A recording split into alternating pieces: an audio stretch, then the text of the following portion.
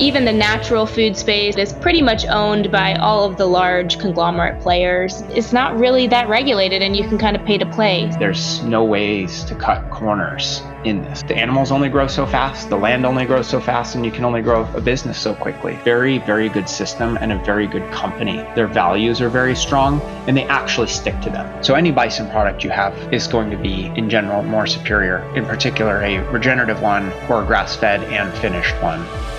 Welcome to the Melanie Avalon Biohacking Podcast, where we meet the world's top experts to explore the secrets of health, mindset, longevity, and so much more. Are you ready to take charge of your existence and biohack your life? This show is for you. Please keep in mind, we're not dispensing medical advice and are not responsible for any outcomes you may experience from implementing the tactics lying herein. Are you ready? Let's do this. Welcome back to the Melanie Avalon Biohacking Podcast. Oh my goodness, friends, who knew there was so much to learn about and how entertaining it is to explore the world of regenerative farming when it comes to bison? I was introduced to Brittany Masters through my friend Rob Wolf, and the second I spoke to her on the phone, I knew I had to have her on this show. She is fascinating. And it is so cool to learn about what actually happens with regenerative farming out in the West. During this conversation, we actually debunk the sort of romantic fantasy of going out West and starting a regenerative farm. Did you know that that actually might be a little bit problematic for the whole system? You'll find out why. We talk about the history of bison and the difference between them and cattle. So many differences, especially when it comes to nutrition, including the role of the type of fat found in bison. We talk about problems with monocropping, water and land use, the role of government in all of this, problems with labeling, including things like organic, grass-fed, etc. And we also talk about fun things like how Costco is the bomb and a super cool fine dining experience that will soon be available at Roam Free, which is the awesome regenerative bison ranch that Brittany comes from. I really think you guys are going to enjoy this conversation. I know I did, and I know I now favor bison when I can. Definitely check out their website, GoRoamFree.com. The show notes for today's episode will be at melanieavalon.com/roamfree. Those show notes will have a full transcript as well as links to everything that we talked about, so definitely check that out. And there will be 2 episode giveaways for this episode. One will be in my Facebook group, IF Biohackers, Intermittent Fasting plus Real Foods plus Life. Comment something you learned or something that resonated with you on the pinned post to enter to win something that I love. And then check out my Instagram, find the Friday announcement post, and again, comment there to enter to win something that I love. All right, I think that's all the things. Without further ado, please enjoy this fabulous conversation with Brittany Masters. Hi, friends. Welcome back to the show. I am so incredibly excited about the conversation I'm about to have. I feel like it is a long time coming. The backstory on today's conversation, quite a while ago now, I don't even know, maybe a year ago or so. I love listening to Rob Wolf's podcast. He's a friend. I've had him on the show multiple times. He's also my personal hero and sort of the reason I'm doing what I'm doing, but that's a whole tangent. But in any case, he was talking a lot and continues to talk a lot about an awesome ranch in Montana called Roam Free, where they raise bison. Although I'm wondering if it's bison or like bison, or I have a lot of questions about bison. But in any case, he was talking about this incredible ranch. And at the time, I think they had an incentive going on with Costco. And so I reached out to Rob because I wanted to help maybe promote the whole Costco thing. And so I had a call with one of the founders, Brittany Masters, and it was just so incredible talking to her. I learned just in our short call so much that I had no idea about when it comes to bison, to regenerative agriculture, to so many things that we will touch on in today's conversation. So I was like, can you just please come on this show so we can talk about all the things? I'm so excited now to be here today with Brittany, as well as John Sepp. They both founded the ranch, and I have just so many questions for them. So Jonathan and Brittany, thank you so much for being here. Yeah. Thank you. Appreciate it. This is a great opportunity for us as well. Yeah, I'm really excited. And I just learned so many things. So you're in Camas Prairie, Montana. I asked what city, and you said that there's like 30 people there. So I can't even, I'm trying to like envision what it looks like. How far away is the closest like civilization? It's maybe 80 miles. 80 miles? Yeah, is typically where we'll go do shopping and that kind of stuff. That's really any sizable grocery store, gas station is about that distance. But Camas Prairie, where we're at, is a massive basin. It's about, I would guess 300,000 acres all put together.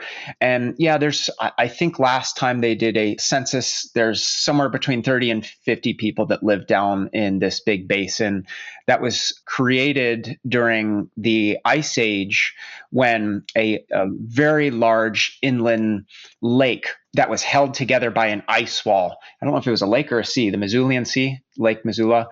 Anyway, this very large body of water, as temperatures started warming, this ice wall broke apart and a massive torrential flood of water that lasted many years washed over Montana out to the sea.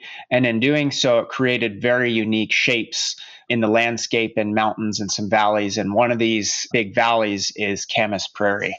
And it's probably the only thing it's known for is just this unique shape that the land has out there. A lot of geology students come out and study that every year. And you can, just because it's not developed, you can still see how this water eroded in such a unique way.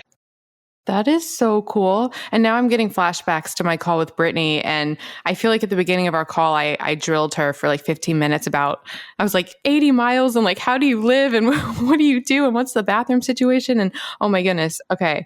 So many things. That is so cool. So how did you find this area? I moved here in 2013 when I exited the military. I had been working in Montana doing some survival related stuff from my time in the Air Force. And so I was just familiar with Montana and as a whole have been on and off living here part-time in the later years in the Air Force. So as I was searching for land, because I knew I wanted to exit and be involved in raising bison, I was looking for affordable pieces, and that's how I ended up landing here. Where we're at specifically is within a reservation here.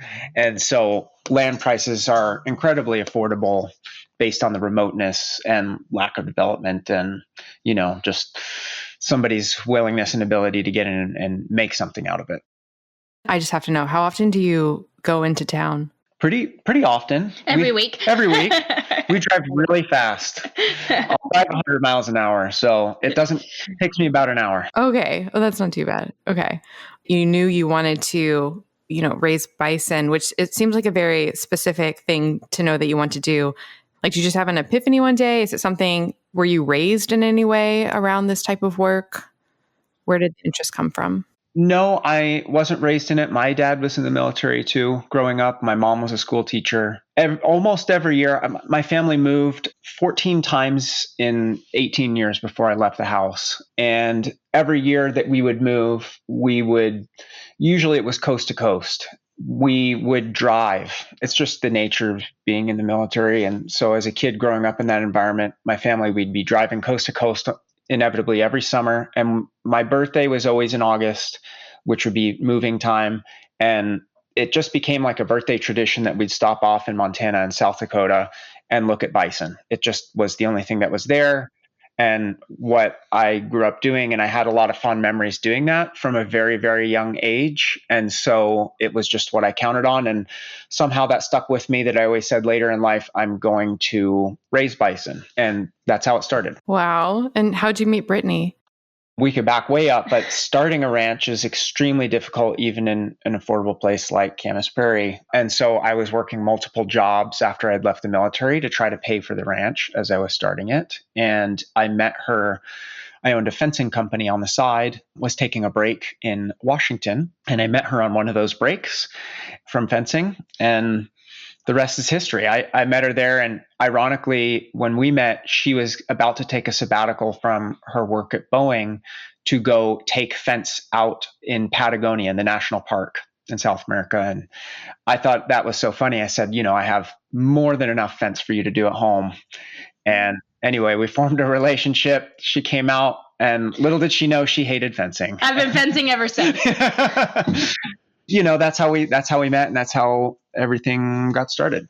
Yeah, I came a little bit after the work, the hard work of building the ranch was done.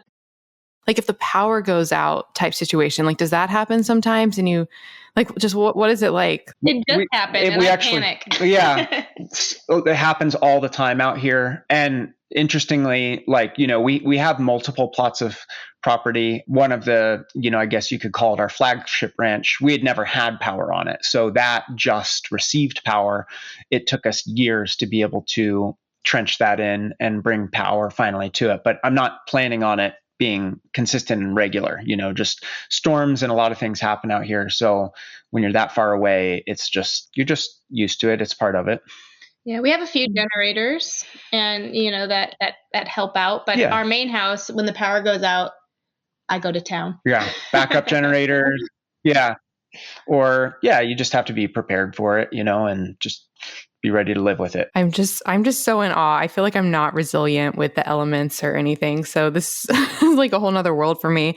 And speaking of, because you mentioned, multiple ranches, and I was reading, I think on your site about so does the size of your ranch change? Absolutely. All the time. So we have leased ground, we have owned ground, we have sister ranches, we have some custom grazers we work with, and we manage all of those different systems, under one roof. But yes, it's constantly changing and fluctuating in size based on all. Okay. So, and going back to the bison, and I said this in the very beginning, but so what is bison? Is that different than bison? So bison 3 times over is the scientific name for bison. And actually, excuse me, it's just bison twice over. Not to get too confusing. 3 times over, that comes from the native, that was a native Cheyenne expression where you'd say that 3 times to describe the animal. And that's where the scientific name comes from. It's like saying canine for dog. And the sound for that word came from what native Cheyenne, their impression of their hoof prints as they would run across the prairie sounded like. So that's how that word became a thing. And now we've shortened that all the way down to bison or buffalo. Buffalo can be used interchangeably. People get that confused too. It's just the colloquial word for bison or bison, which it's like saying, dog versus canine. Is that onomatopoeia where the word sounds like what it is? Maybe not. I don't know. But I think that's a phrase for it. Okay. For my knowledge end. Yeah. Okay. So I'm just going to call them bison for the sake of clarity. So bison and buffalo, same thing. Yeah. And buffalo, is just kind of like how the word dog came about, comes from French trappers that had settled Western America very early on. They would see bison on the prairie for the first time, and, they termed them as a version of a cow shortened, which in French, and I'm going to butcher this, it's le boeuf, is how you say a cow. And that got turned into buff and then eventually buffalo. And that's where that word comes from.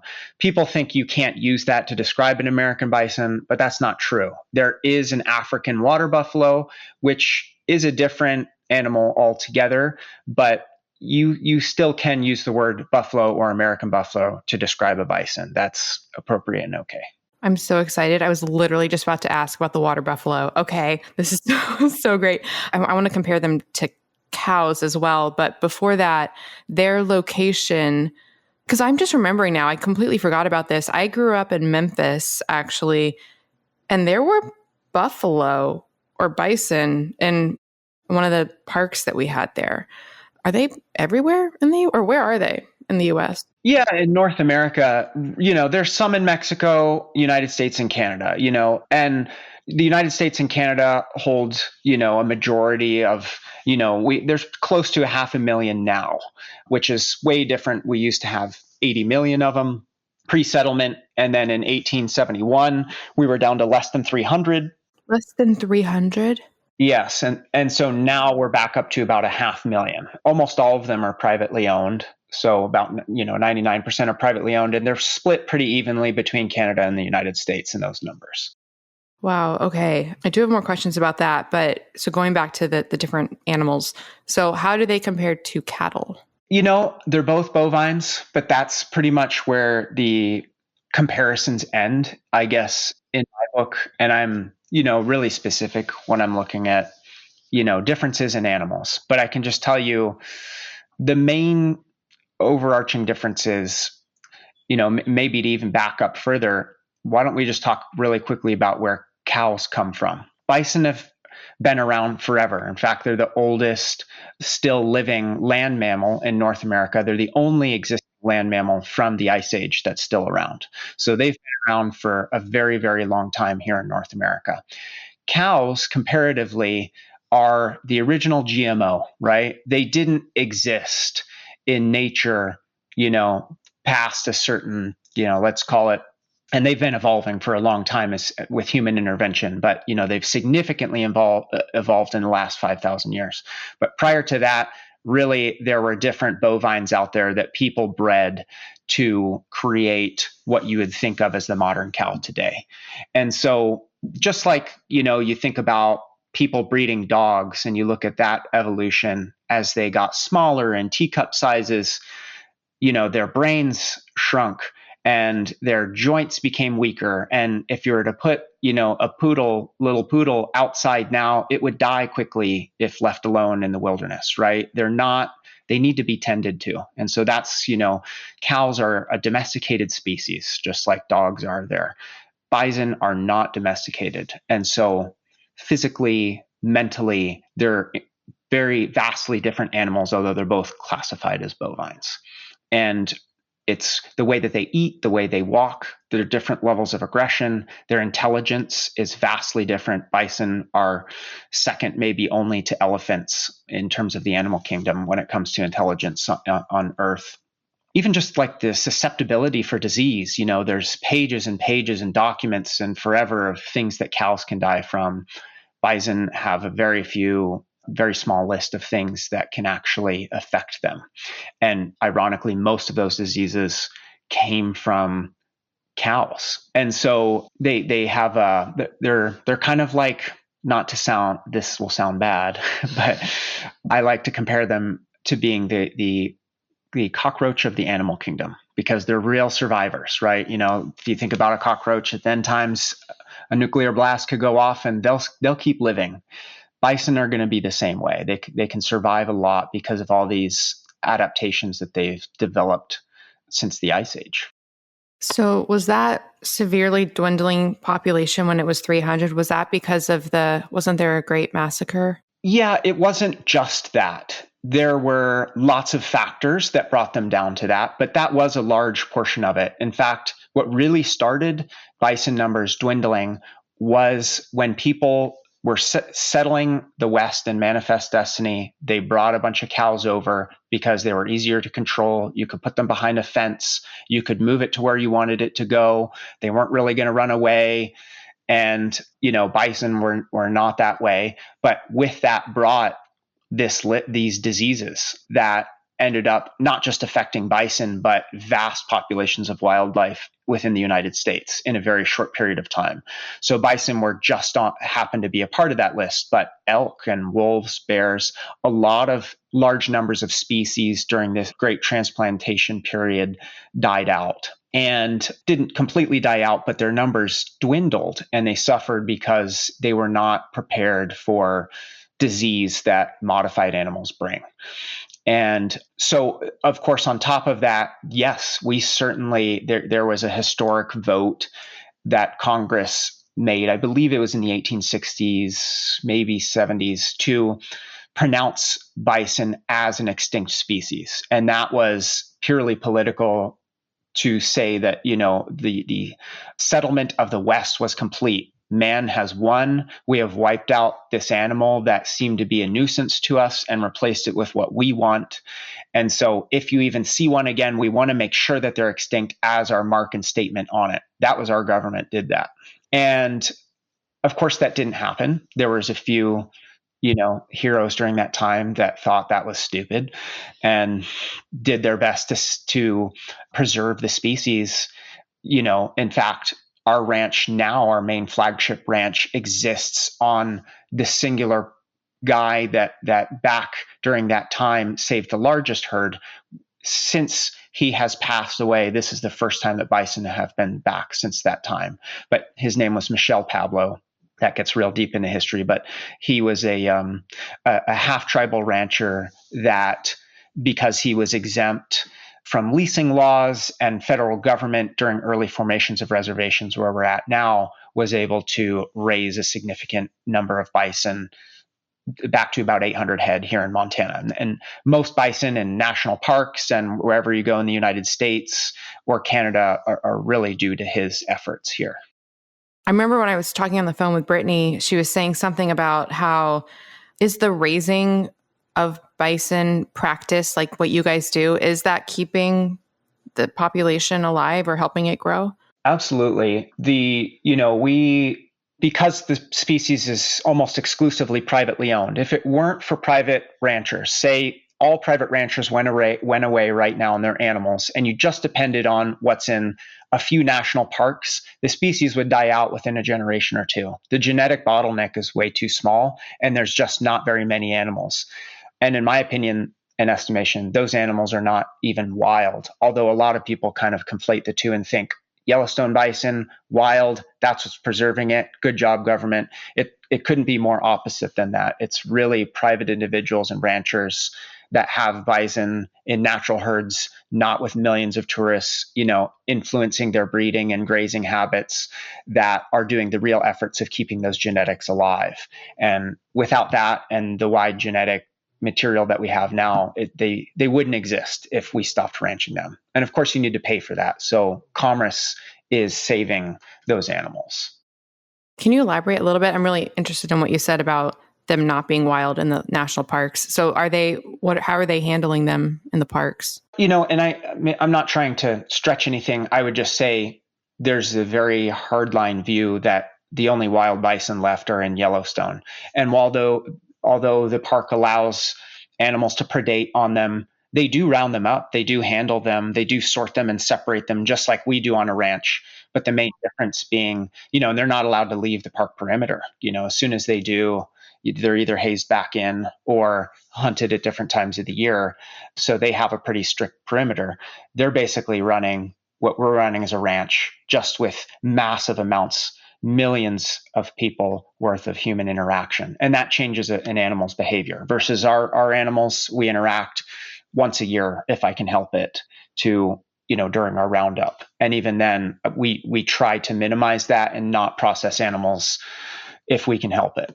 So the behavior of the animals, the way they breed, their strength, the way that they choose mates in there, creates stronger breeds outside of that, in my opinion, than inside national parks. But from a faraway perspective, emotionally, that's not usually how people think about things. That's so interesting. And I mean, clearly this is a really important tenet to all of this. And you literally call your ranch roam free. So to clarify, because we started at the beginning talking about your history with fencing, are there any fences or anything, or can they literally roam anywhere? They can roam free, but not too free. We should put an asterisk in there. We have a lot of fence, way more, 10 times amount, 10 times I would say what would be average on a ranch if I was running cows or anything else in there. And it's not just to control and contain the bison, it's to concentrate graze them in a pattern that would mimic how wolves used to move bison before humans settled, to affect better grasses in a better environment. And rather than turning wolves out, although we have plenty of wolves all over the property that still chase the bison around, we intervene just with our piece of ground to make sure that we're optimizing them to regeneratively regrow the best native grasses that we can possibly grow, which in turn ends up benefiting the bison as they return to eat that. So we use it as a control method to mimic that environment without being able to access the entire environment and do that. We're limited by land scope always. So cool. So wolves are a predator of bison? Yes, wolves and grizzly bears. Oh, and you have grizzly bears? Yes. Yeah, they do. Only a couple times have they ever interacted, and they're actually fairly respectful. The ones we have on our ranch, sows will come over every year and den up, and the ranch is kind of one big mountain. They den up in the sides of this mountain up there, and they will pick off some that might have been bitten by a snake or something now and then, but that's pretty rare. And when they wake up and after they've had a cub, they typically leave our ranch to go to a summer range. So they don't hang out all year. And during the winter, they're sleeping about 70% of the time. Oh, wow. Okay. The grizzlies and the wolves, do they only go after bison do they go after like a healthy bison, or do they go after ones that are kind of struggling? It's just nature. Any predator is going to go after easiest food. So young ones, newborns, sick ones, really old ones, or ones that are standing outside the herd, even if it's larger, they'll try to get that. And, it's just whatever the easiest picking is, that's what nature will typically, accommodate. Have you had any experiences? There's always like those videos of like the bears showing up in people's living apartments and stuff. Have you had any close encounters? All the time. Really? Yeah, all the time. Predators, not just have I had lots of bear encounters, wolves have zero interaction with people and zero interest. They're only targeted animals. And typically they chase the elk, not the bison, although they have gotten a few of our bison out here. Really, most of my close encounters have either been with bears or mountain lions, a mountain lion, I should say.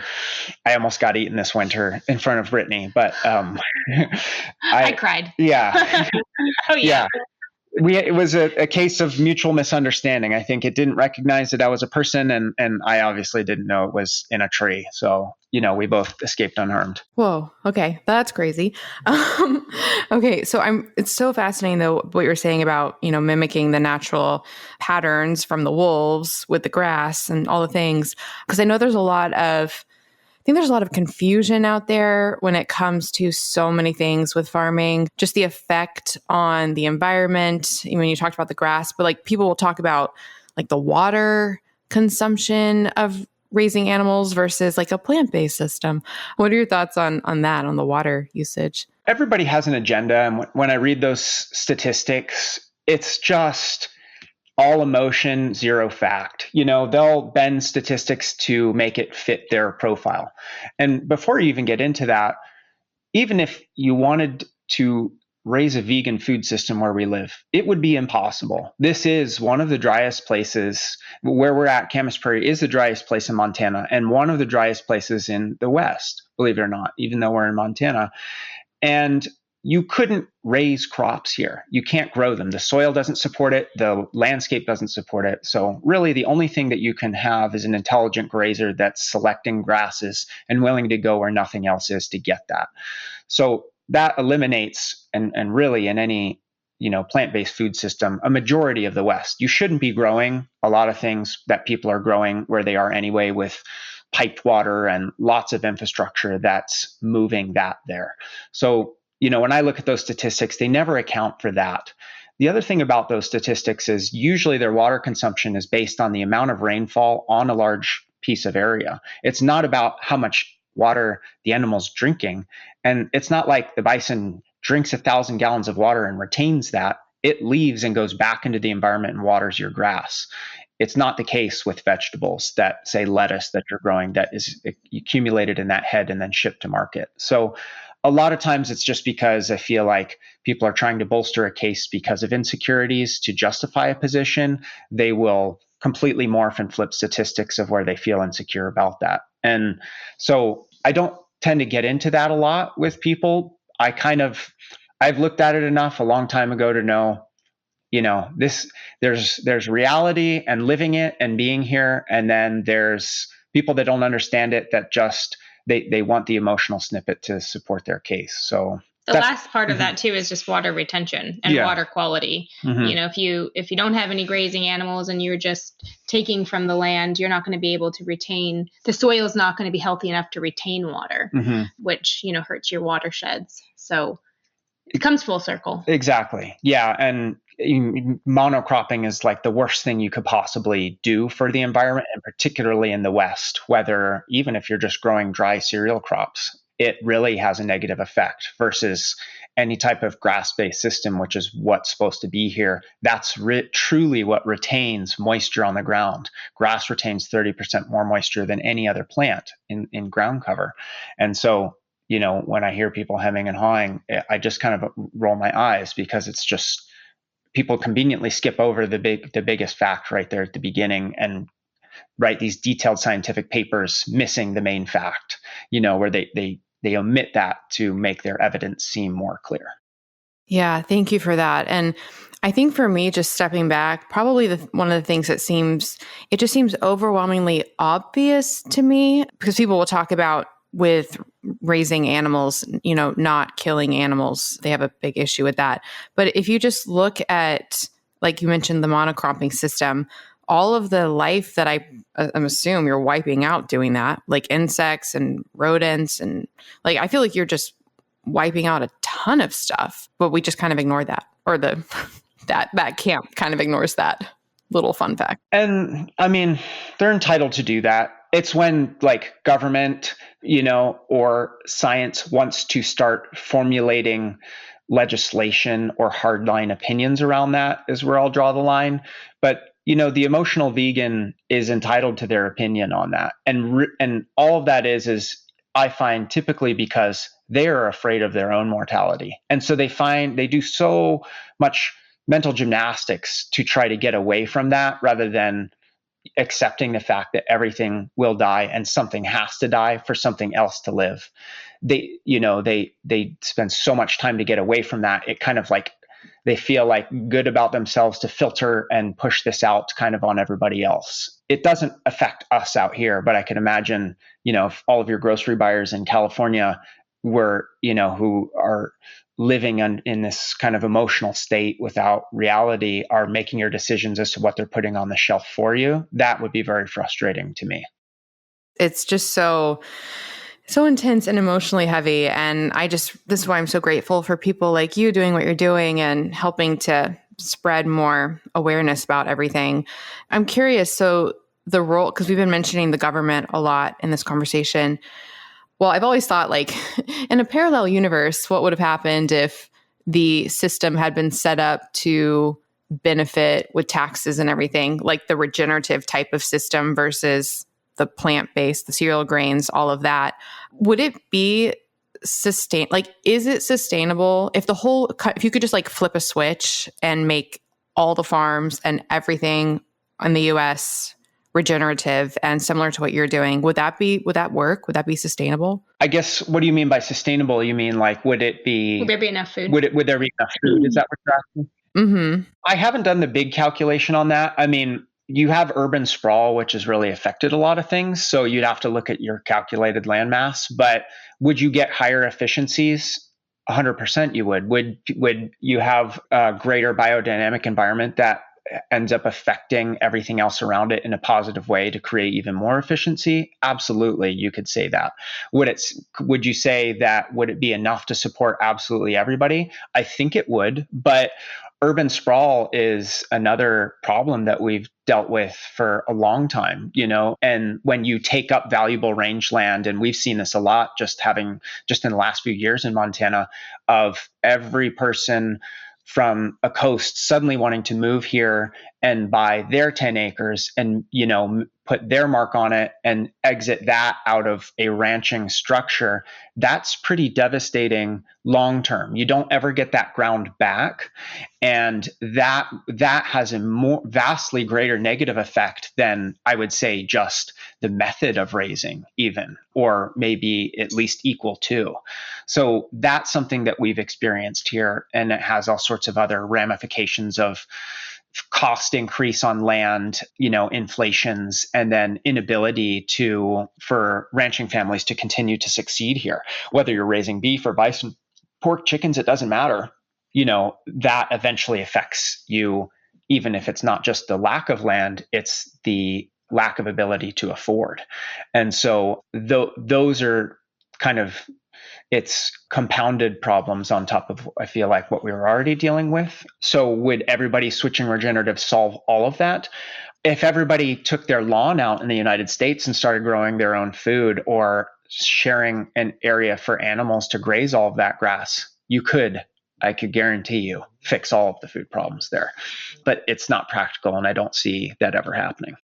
The issue with the people moving in, they're like starting farms and getting land, or they're just getting land? Typically what's happened in the West here, and not just Montana, but Idaho, South Dakota, anywhere Colorado. that's beautiful. I mean, Colorado. Look at Colorado. That's pretty a good example. Yeah, people will all do the same thing. They come from a concrete jungle. They say, wow, this is beautiful. I like the view of the mountains. I want this to be my spot. I'll pay any amount of money. They go to a rancher that's going to retire. He's like, hell, that's a lot.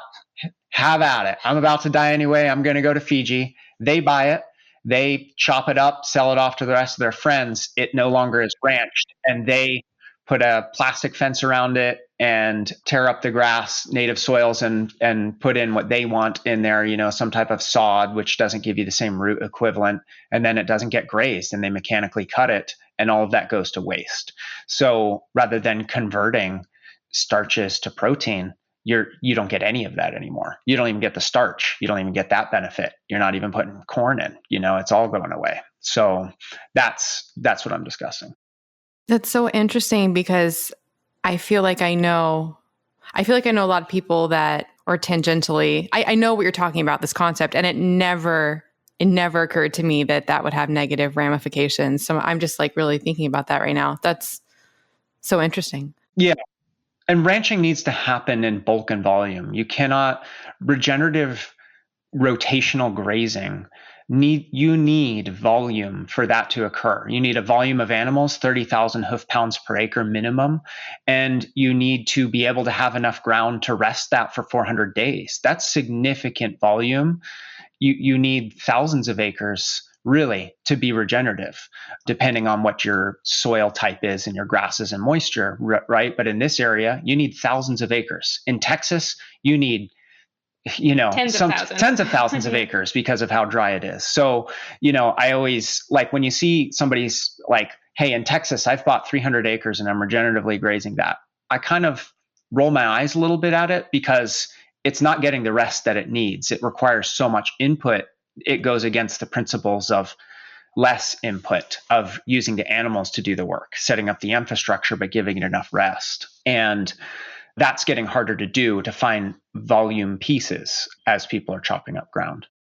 So if a person was listening and they wanted to move to Montana because it's beautiful and maybe experiment with raising some things, like, is there any way they can do that and not have a negative effect? It's a free country. And listen, I fought for our country, so I believe in that too. People are free to do what they want. But if you want to make an ethically good decision, because those are things that matter for you, I would say don't go and chop up a ranch. Don't move to a place that's a new subdivision of a ranch that you get 20 acres and now I get my 20 acres and I'm going to put some, a cow or goats or whatever on it and think you're going to do that. It doesn't work that way. I would shy somebody away from that. I'd say if you're trying to be ethically responsible, build up and, stay within a limit of a city, and you'll have more of that to enjoy by being able to, in short distance, in order to go visit those things. But I'm not also going to control anybody's decision. If that's their dream and they have, this picture in their mind, and a lot of people really romanticize the West and they kind of want to participate in that when they get money and live out the romantic fantasy, I'm not going to stop that either. But, if that was something they cared about ethically, I would warn them against it. I think there's also a concept, that hasn't been done much, but I've heard a few people talking about it, where you do have these home subdivisions, but the fencing is planned and such. You've got all of the pastures around the houses are available for one grazing unit. Yeah, like a co-op, subdivision. We've seen those becoming popular. But again, around Big Sky, I still roll my eyes at that because they're so tiny, and it's like they just put baby goats there to get people to buy overpriced land. There is a concept in which if you really wanted to make it work, you can just the houses, sure, a bit in the way, but that's not the majority of the issue. It's the 20 acres that are all sectioned off by a fence that doesn't allow, grazing animals to move between the fence lines or wildlife for that matter. Sure. So there is a potential for that. Definitely, it's better than the alternative. Absolutely. I'm so fascinated by this conversation because I'm just thinking back. I recently interviewed, his name is Michael Kummer, and he has a supplement line. He actually lives in Atlanta, but he was talking all about homesteading because he homesteads in Atlanta. And I was just really fascinated by that whole world and like everything that he raises and it feeds his family and all the things. And my natural evolution, whenever I've had a conversation like that, has always been like, well, even better than that would be, going out to like Montana and having an actual ranch. But now I'm like, okay, so many things I never even thought about. This is really fascinating to me. Wow. Okay. And then I'm really curious. So going back to this terminology and everything. So, roam free. When we buy things at the grocery store, there's often all of these labels like free range, grass fed, all the things. So how many of those are actually regulated? What should people be looking for in your packaging? How do you label it? Yeah, so this is an interesting one. I feel, I got into the food world really, I was very green. I knew really nothing about the food world when we got into this. I had only looked at it from a consumer standpoint, from a paleo, person. I was an early paleo person back in the day and had really felt like from the outside looking in that all of these new brands were just doing the right thing. Look how many awesome companies there are out there, really changing the food system. And then when I got into the food business, we started our company in 2017. I still sort of had that naive perspective. And I learned very quickly that even the natural food space, organic food space, whatever you want to call it, is pretty much owned by all of the large conglomerate players. And all of the emerging brands that are getting into this space are doing it with the hopes of being sold to a large conglomerate. So the goal is still very much the same. It's distribution. Get on the shelf and make your money later when you sell the company. And so with that comes, you're competing with really large, usually foreign national corporations, and the government is beholden to them as well. So there isn't a lot of regulation around labeling, whether it's environmental labeling, humane welfare labeling, anything that goes on that package is, especially when it comes to the USDA, it's not really that regulated, and you can kind of pay to play, so to speak.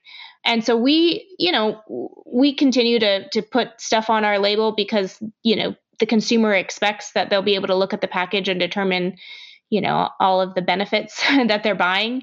But we really just encourage people to know who the farmer or rancher is that, is making your food. That's really the only way, unfortunately, is to do a little bit of your own research. And so actually just recently in June, we're opening up our ranch for people to come stay and see and experience how their food is raised, because we think it's one of the most important things for people who want to participate in the food system to do.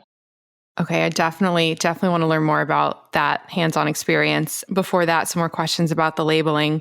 So, because I've been really haunted by this question, and it actually comes up, it comes up a bit like in my Facebook groups and things, which is what you just spoke about. Basically, because if you go to, I'm trying to think what chains are the most national, like Publix, Kroger, Ralph's, grocery stores, Walmart, you'll see these brands that have all these labels about being organic and grass-fed and all the things. Do you think that movement, I know you just spoke about it, but just to clarify a little bit more, and I know this is just your opinion, but in your opinion, that movement, is it having any beneficial effect on the system, or is it a net negative? I don't think it's a net negative. I think the intention is good behind what people wanted. And I always think these movements start with something good. I think inevitably the ideal is captured and turned into a monetary device. Organic is the best example of that. Started with a group of people that said, this is pretty bad stuff we're putting on fruits and vegetables that we're growing. Like, if I have to wear a suit to spray all of this, why would I eat this afterwards? And so let's find a way to do this without that. that's how it started. And now, like, even though I could be organic certified, it would cost me, I don't even know. I'm just going to throw a number. It's probably $50,000 to $70,000 to put that label on my package. And when you're already running thin margins and, high volume and outputs, you'd really have to make that label work. And so big food companies do that. They do put it on there and they do use those labels. And by the way, I'll also back up and say people that own those labels are equally as guilty, if not way more guilty, than the food companies that purchase the labels. For instance, whoever owns organic, I don't know who they are. They're probably awful people because they've totally sold out, right? Like now it's just, do you give them cash so I can put that on there to get an incrementally higher sales number in such a volume? That is fundamentally what's wrong with it. That although it starts a good way, people end up selling out to that. And that's why when we formulated our brand, we said, we have people all day long knocking on our door. Put this label on, put that on. It means this. You should be a part of this movement. We don't do that. We want the brand to stand alone and separate for people to seek that out and say, no, I can go and visit their ranch. I know what they're doing. I know where this comes from. I can meet them and I can go and look at it for myself anytime that I want and verify those things versus just zero regulation and trusting that because the company paid the money that they're doing that, which more often than not is not true. Yeah, this is so fascinating. So I'm an entrepreneur. I have a supplement line, so nothing related to food. Actually, my next supplement is a food-like product, but it's still a supplement. Point being, I'm so intrigued and fascinated by bringing a product to market and labeling and the, communication with the consumer and all of this stuff. So the evolution of your brand, first of all, when you first started, how did you sell to consumers? Like, how did you find an audience?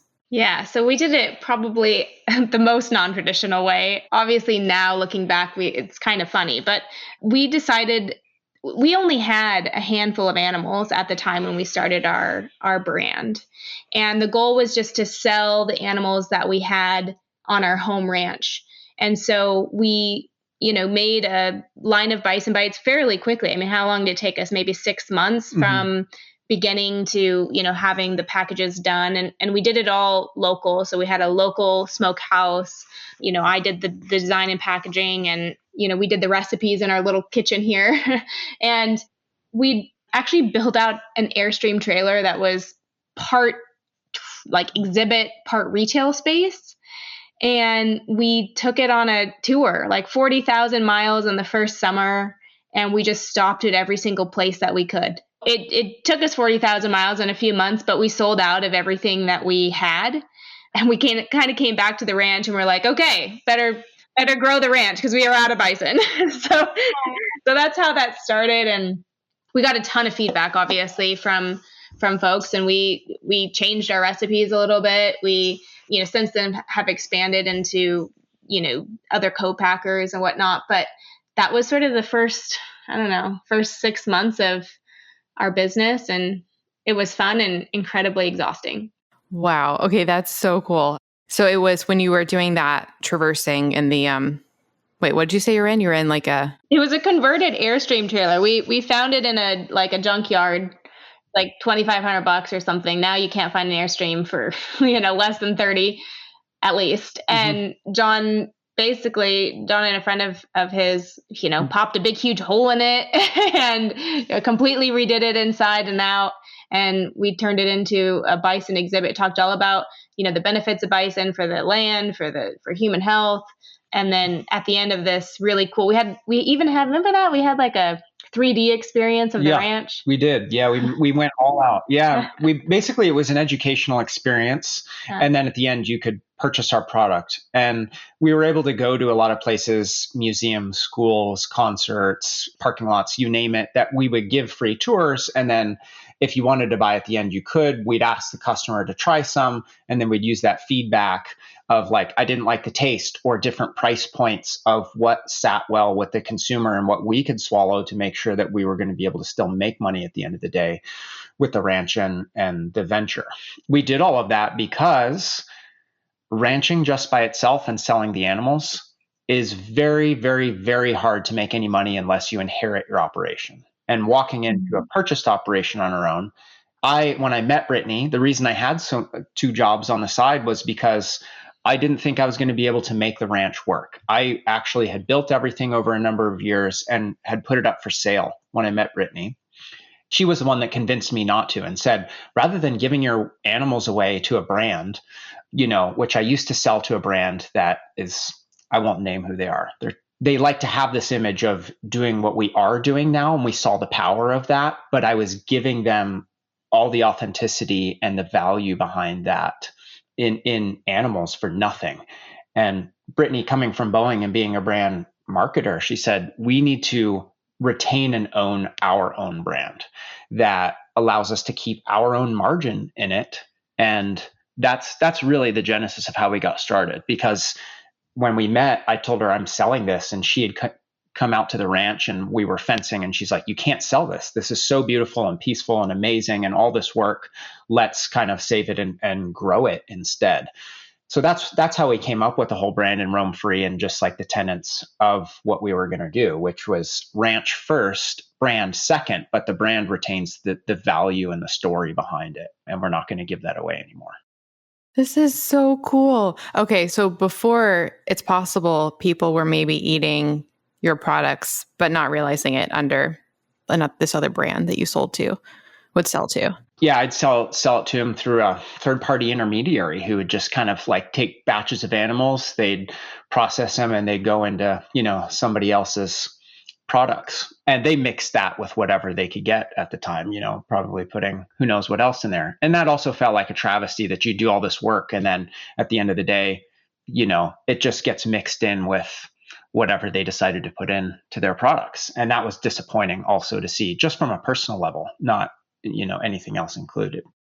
I've thought about that concept a little bit. Like, I'll go to Whole Foods, for example, and, they'll have they have the packaged meat in the refrigerators where you can see the brand and everything. And normally it's these larger brands, but they'll have the meat counter and it'll say local. I guess I could be asking them where it came from specifically. Basically, I've thought about the concept of am I getting the jackpot here? Is this actually a really amazing, farm ranch doing something, or, is it not? So yeah, this is so fascinating. So when you did the tour, what most resonated with people about everything you were doing? And also what did you learn about what people wanted to actually eat? I think just what resonated was that it was real. They're like, you actually are raising these animals and doing this. They liked that. They could tell it was homemade. And something within that echoed within the consumer to say, it's not a large food corporation that has built something to mimic the look like it's somebody that's doing this, which is typically what you do see out there, even in the bison world. But they really are doing it.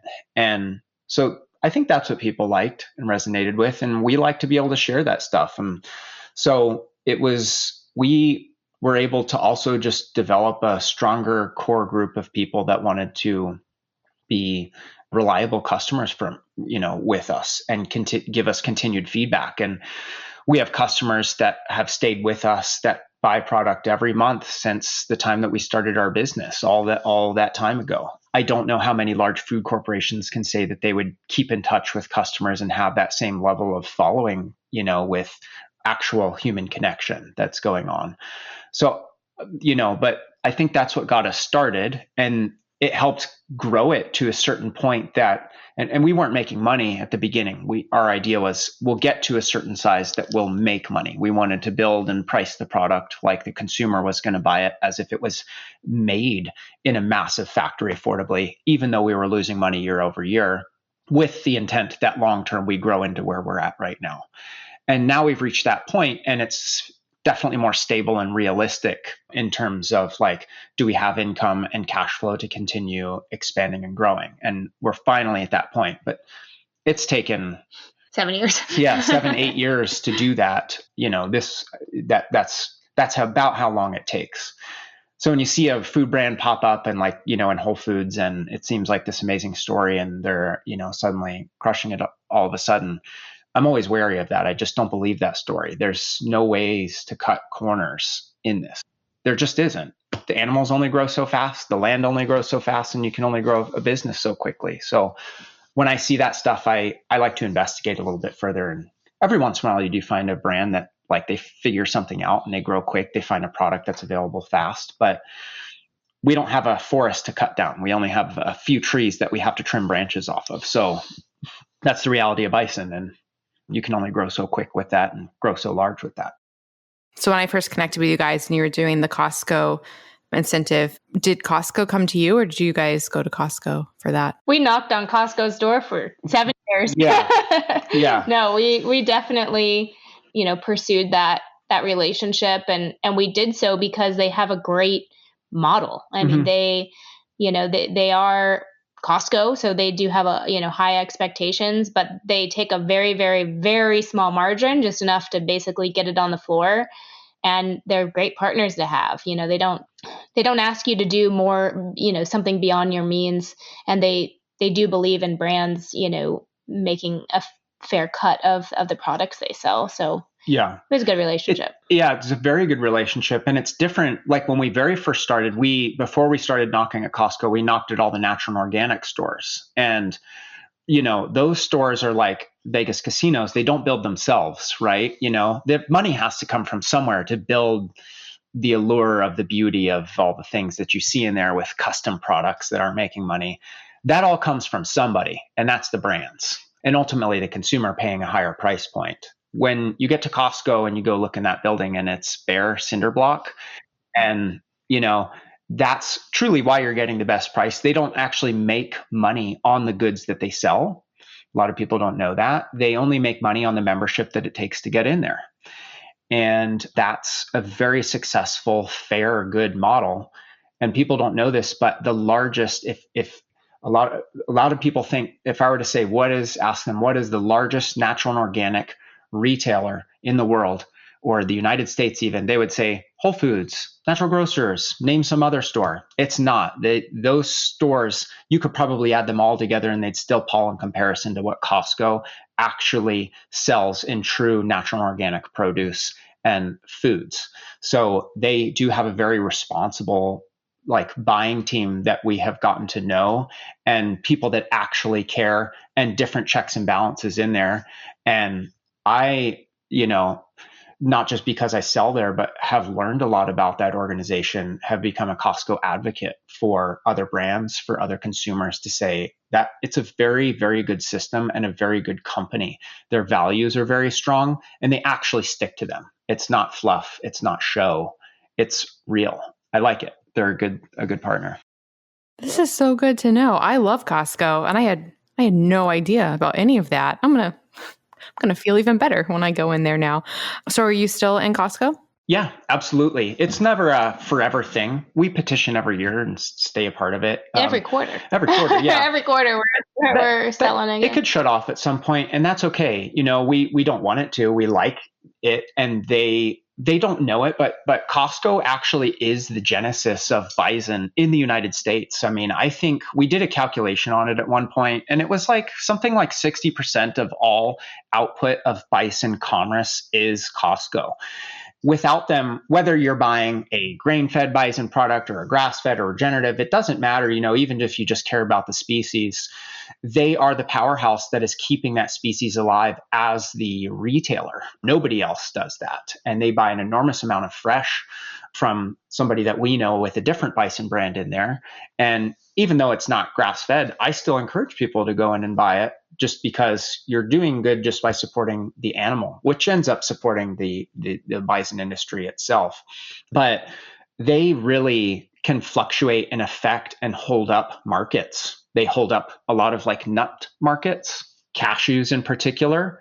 Costco used to buy only a specific size of cashew, and they were the largest cashew reseller, I think, in the world. I think they still are. And they grew all of these cashew plantations to such a degree around the world, and so much commerce with people planting trees, that they started to run out and people were having problems. And so they started doing too much behind the scenes to try to meet this cashew size that Costco wanted. They found out about this and decided to just start buying all cashews. Not just the jumbo ones. Not just the jumbo ones that fit in their containers, but all cashews, small and big, and chopping them up and putting them on chocolate covered pretzels and things like that to continue to support cashew industries and stop people cutting down cashew trees just to make a certain size that they needed. So they will go above and beyond and never tell anybody about that kind of stuff to support different markets and make sure people are doing the responsible thing and they're incentivized to do that, even if they don't know that that's what's happening. And that's, I think, what makes them an amazing company. That's so great. This makes me so happy. So when you were talking with them and, pursuing them, did you always know, is it still the chili that you sell there, or is it a different product? We sell a number of different products. We sell a chili. Right now, we're in the Northwest area with our fajitas. It's my favorite product we sell, but it's the Bison fajita. It's prepared sous vide, so it's really, really tender and perfectly cooked sirloin. And then we also sell a chili Colorado, which sounds like a chili, but it's not. If it's more popular in sort of the Southwest, but it's sort of a Mexican stew. And we still sell a number of smoked products as well, Bison Bites, and we are about to launch a new smoked product in about a month. That's incredible. That makes me so happy because I think when we first were talking, it was like the first trial run at Costco. So I'm really happy to hear that, that it's going well. That's so, so amazing. We should probably touch on, because I realized I left out a major topic, the health benefits of bison. Is it superior to cattle? Yes. As far as beef goes, significantly less fat, but better fat. It's a very lean meat. It's leaner than chicken or fish. But at the same time, it's a red meat, so you can enjoy the taste as if it were beef and get even more protein per gram than you would beef. A lot less cholesterol. And even aside from just like the main points, if you're to look at a nutritional panel and what people look at, and in particular the bison that we raise, the mineral and nutrient analysis of meat that comes off this ranch will be significantly higher than any beef product. And it's only because, mainly, not just that we are regeneratively raising them only on grass, birth to death on the ranch, but that bison grow slower, much slower than beef. So your processing age is later than a beef. But just like a tree that grows slower, your rings are going to grow tighter. It's the same with bison meat. You have a much higher mineral count of iron, B vitamins, the sub items that people don't measure on boxes, the items that I think are important to us, as far as like how do you optimize your health in that sense. So any bison product you have is going to be in general more superior, but in particular a regenerative one or a grass-fed and finished one.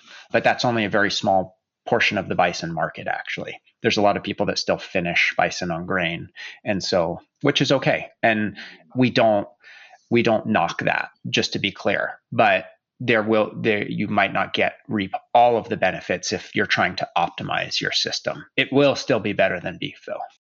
So that's a myth buster for me, because I had heard, I don't know where I heard it, but I had heard that all buffalo and bison were grass-fed, that there was not grain-fed. So I guess that's not correct.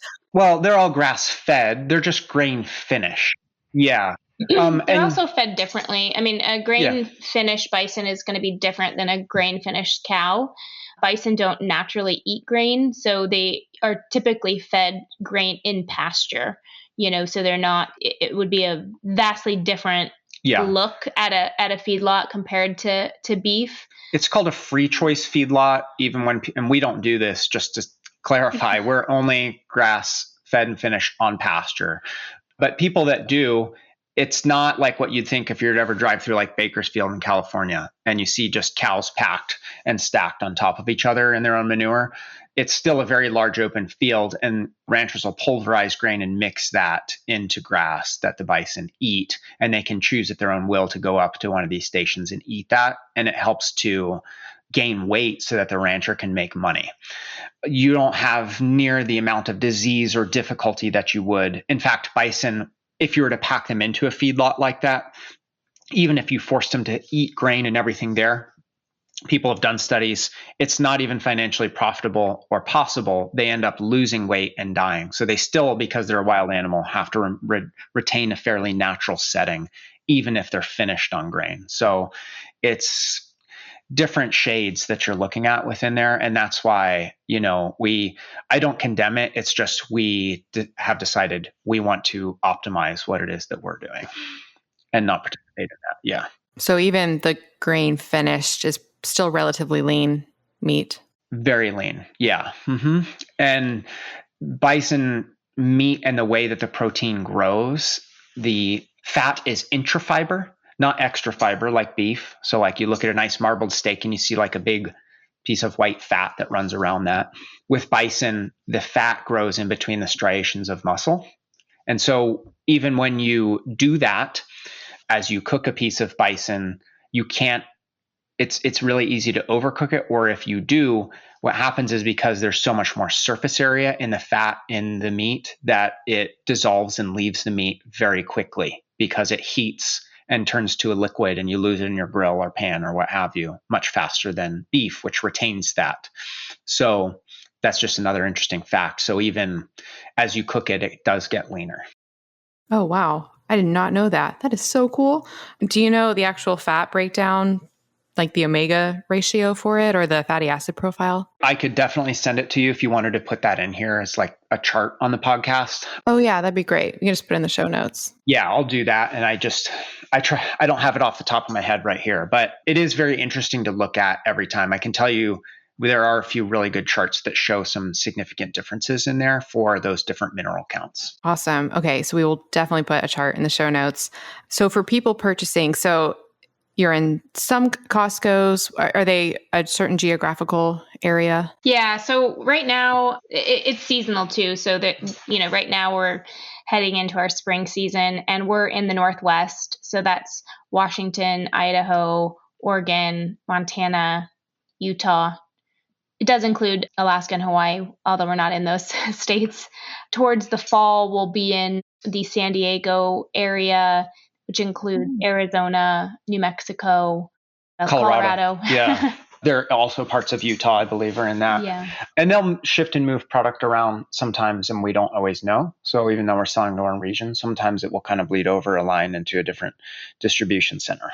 But that's generally pretty much most places west of the Mississippi, minus Texas. They're their own region. Okay, very cool. And then can people order online? You can order jerky online. All of our other products are prepared and fresh. So they're just refrigerated and they're in Department 19, which is like those big stand-up refrigerated cases in front of the meat stuff of pre-cooked things. And we do that on purpose to make it easy, just as I was talking to you about like how bison changes as you cook it. If you don't monitor it, it's easy to overcook it. And so we like to control the outcome so that people have a good experience. And sous videing is a French method designed for wild animal meat to retain and break down collagen and fat in the animal by keeping it all in one area as you cook it at a slow rate so you don't burn it all out. And ultimately, it ends up being more healthy for you to eat that way. And that's how we cook all of our products. So we do take all of that difficult work out for the consumer by doing that in a facility. And it comes out perfect almost every time like that. And you retain all the benefit of it. And then online, obviously, we do sell whole bison, half bison, and quarter bison, which is all harvested right on the ranch. And we have a bit of a delivery route 2 times a year that goes through, the West Coast. And then anyone on the East Coast, we can coordinate shipping of the meat too as well. Yeah. But that's like, if you order that, we take those bison off our flagship place. We harvest those ourselves and it's all custom cut and wrapped for each consumer. What website is that on? Hightail100. It's hightail100, like the number 100.com. If somebody wants that, it's a highly custom experience where, we will depending what cuts you want out of that, we will change and modify each order. And we also like deliver that in a freezer truck already inside of a freezer for the customer a lot of times too. So all you have to do is put it into your garage and it's done. And you get like 99 point bison, straight from the best spot. We like reserve the highest ends for that. Wait, that is so cool. So it's in like a chest freezer situation. Yeah, we do a stand-up. It's a stand-up freezer. And yeah, we hold back 100 of the most premium bison out of our herd for the Hightail 100 customers. Mm-hmm. Oh, that is cool. You guys do such cool things. That's amazing. People can order directly from the ranch, the jerky and things like that. Yep. Yeah, you can still order jerky. Just go roamfree.com. You can go on there. That's the Roam Free website, not for like the person that wants a quarter, half, or whole Hightail 100. But yep, anybody can go on there and order, and we'll ship that. Are you developing new products at the moment? All the time. We've got a lot of new products in the pipeline ready to go for this year. So keep your eyes open, not just at Costco, but maybe some other grocery stores too. Also, we'll make some of those products available online as well. Oh, that's super exciting. And what's the most popular and what is your respective favorites? Oh, it's probably the same, huh? Yeah, I know my favorite is. Yeah, we have a whole muscle jerky. Yep. It's just salt and pepper. It's my favorite. It's available on our website. And it's just a traditional kind of cowboy jerky. It's not, it's sugar-free and just meat and spices, basically. Yeah, and it's hand cut. We hand slice each portion and dry it. And as far as dried products, that's definitely my favorite. Every day I eat 1 pound of our fajita product. That's my favorite. And I have a little cheat code because I eat mostly just meat, where I go to Costco and I buy our own product, which is really funny. We make it. And I have a fridge full of it and I eat 1 pound of that every day, pretty much, of just the meat. And I pull that out and cook that. Sometimes I'll do the veggies and mix that in, but I love just the meat. Interestingly enough, I can't do all of that in the processing and make it cheaper for myself than I can in bulk selling it to Costco. It's cheaper for me to go to the store and buy it back myself, just because shipping, basically. Just because of shipping. Yeah. And they take care of all that for us. So it's funny how that works, but that's for sure my favorite product. That's so funny. Oh my goodness. I love that. Well, okay. This has been super amazing. I think listeners can now see why, like the second I talked to Brittany, I just had to have you guys on. Was there anything else that you wanted to touch on or put out there for listeners about everything that you're doing? We are opening, it's called the Hightail, which is our, we had talked about having multiple different ranches. This one is sort of our flagship ranch. And there were a bunch of homesteads on it. There were about 6 homesteads that were all but, a big pile of wood and rock. And we have reconstructed them. And we'll be offering all-inclusive stays at our ranch starting in July.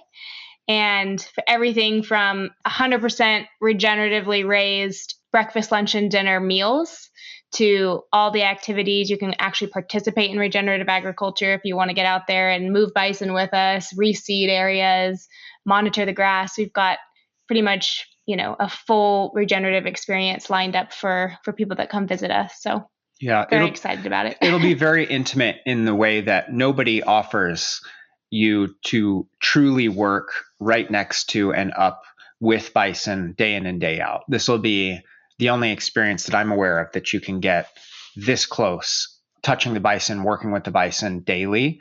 And we will, work with customers if they want to get to that level during roundups and things like that. But at a minimum, we don't fence around your cabins. We don't stop you from going, within a reasonable distance of them. It's for adults. True American safari. Yeah. But it will be a real experience in being close to bison in that sense for a very small group of people. We didn't want to build it large. We didn't want to affect anything with the animals. So like Brittany said, we've spent years restoring 6 historic homesteads built about 130 years ago. People can stay in one of those across the ranch. You won't really see other people other than maybe at meal times, but that's how we want it to include, very minimal. We didn't want to overwhelm the animals with people either. That's so cool. And how long does it last? The stay, you mean? Mm-hmm. You can book it for 5 days at a time. Okay. Yeah. So it's a 5-day stay that we offer. And this year we'll have 6 of those openings around different events. We've also built a private fine dining restaurant that will only serve, obviously, our bison, as well as a few other regeneratively grown local items, but mostly featuring just the best of all the best cuts that you could possibly have from the best bison. So if you like eating healthy and having, it taste really, really good as well in a beautiful setting, watching the bison graze, you get to do that. Oh my goodness. I love how you just casually slipped in that you created a fine dining restaurant. There's so much you're doing. I'm obsessed with fine dining. So you created a restaurant on your property. Yep. Yeah, it's just for the guests. We may open it every once in a long while to, the local area, but we're so far removed. We really built it as a way to showcase the bison that we're proud of, that we raise for people, and doing them the best justice of cooking them and serving them, to the utmost of our ability. That is so cool. This is so cool. Okay. Are there pictures online? Yes. It's called thehightailranch.com, and it launches tomorrow. Mm-hmm. So I'll send you a link. Whoa, it launches tomorrow, and you guys are here taking this time. Thank you for being here. You must be like in crazy launch mode. Oh my goodness. Yeah, I've got to shore some things up after this call. Wow. Okay. Well, I will let you get to that launch. That's incredible. Thank you so much for you guys, everything that you're doing. It's so inspiring. I cannot encourage listeners enough to check out everything that you're doing and try these products. And the last question that I ask every single guest on this show, and it's just because I realize more and more each day how important mindset is. So what is something that you're grateful for? Oh man, so many things. I wake up every day and I'm grateful. I think I'm not, wasn't born into ranching, and I'm from Seattle originally. So I wake up every day and look out my bedroom window and, just open space and, blue sky, and feel really, really grateful to be doing what we're doing and, still being able to do it. So that's mine. What are you grateful for, John? Motorcycles? I love, absolutely grateful for everything we have going on here. I'm grateful for being able to live in a current era where things like this matter to consumers, because without that, this wouldn't be possible. It's because of people like you, people having discussions, and the ability of just the internet to be able to conjoin and reach people over topics that are apparent and matter. That's really, really cool to be able to see that and be alive at this time and see that. I'm grateful for that. It makes regenerative ranching possible. It makes having bison possible. And that's our primary love. So that's what I'm grateful for. I love that. And I feel the same way. I'm just so grateful to be alive in this time where we can actually create content and reach people all over. I know people give social media and all of that a bad rap, but I think there's so much, great potential with it as well. And wow. Okay. Well, this was just a fabulous, incredible conversation. Again, so grateful for everything that you're doing. I can't wait for listeners to try all the things and have a great launch tomorrow. So exciting. Thank you. I appreciate it. Thank you guys. Bye. Bye. Thank you so much for listening to the Melanie Avalon Biohacking Podcast. For more information, you can check out my book, What When Wine? Lose weight and feel great with paleo-style meals, intermittent fasting, and wine, as well as my blog, melanieavalon.com. Feel free to contact me at podcast@melanieavalon.com. And always remember, you got this.